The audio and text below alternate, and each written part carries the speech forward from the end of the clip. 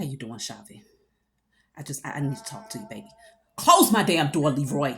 Close my door. I want you to get out of my house. I told you, Leroy, I'm tired of your stuff. Hold on, Shavi. I'm so sorry, baby. I'm tired of your stuff, Leroy. I wouldn't have to call my daughter right now to beg her for money if it wasn't for you leaving here. You left here at 7 o'clock yesterday. You didn't get back here until 5 o'clock this morning talking about you was out gambling. Now we don't have money for groceries. We don't have money for rent. You were supposed to leave yesterday to go get a pack of cigarettes and something to drink, Leroy. You think I don't know that you down the street messing with Jackie? You think I don't know? 27 years? And it's the same thing. Nothing has changed. Get out of my house. Shavi, I'm so sorry, baby. I'm so sorry. I just give me a second. I'm just so tired of this. I need more money. Leroy has gambled away the money. I just need a couple of $100 just to get us through the month until I get my check. I'm running out of blood pressure pills. Shavi, I just need a little bit of help, baby. Just a little bit of help. I know you told me last time that you weren't gonna be able to help, but this time I really need it. It's just too much. It's a lot going on right now. I got a lot of stress going on, and I'm just asking you this one last time, just a couple of $100 to help us to get through the month, okay?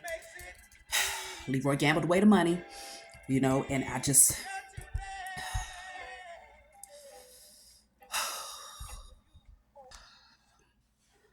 Mom, again.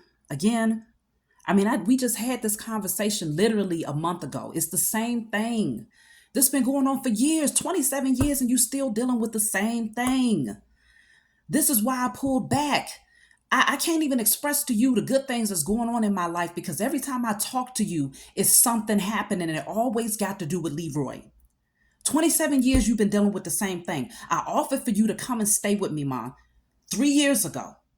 You rejected it because you wanted to go back and be with him. And I can't even get past the fact that you call me with a black eye almost every single time as if it's the norm for you at this point.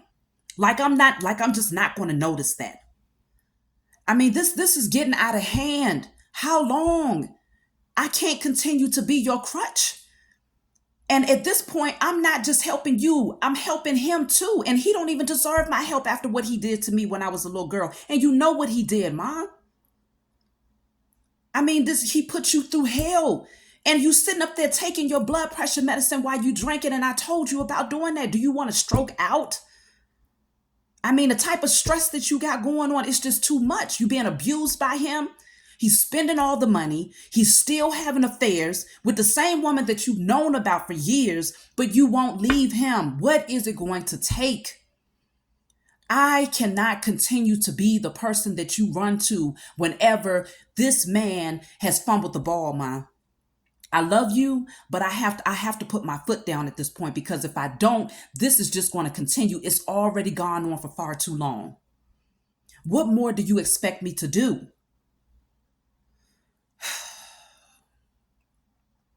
It's so many good things happening in my life right now, and I can't even tell you about it.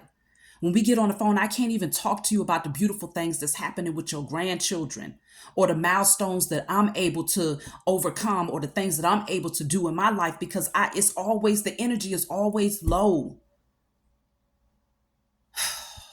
I don't even know. I don't even know no. Now, Shavi, you wait a goddamn minute now. Now, Leroy, he might be a lot of things. But that man took us in when your deadbeat ass daddy decided to put us out in the street when I was pregnant with you. Now, you don't remember that because you was too small to remember. But Leroy has been there. He may not be the best person in the world, but he's been there, Shavi. And what I'm not going to let you do is continue to guilt trip me for what happened. Now, you now remember, I told you I'm sorry, but you was a little fast tail ass little girl running out there in them streets, running away from home. Leroy took care of us. He took care of us, okay? He might not be perfect, but he raised you. Now, you're not going to be disrespectful.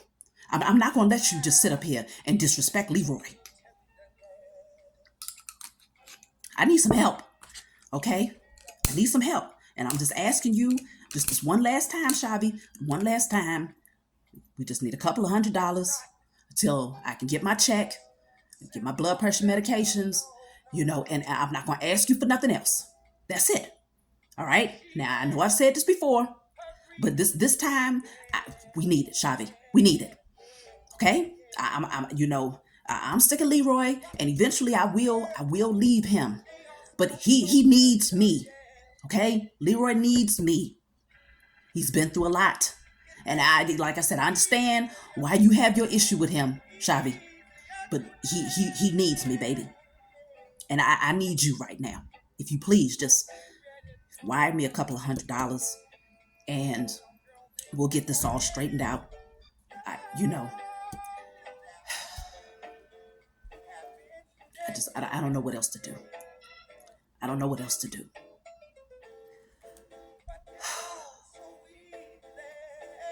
Can you please, baby, just send me a couple of $100 for your mama?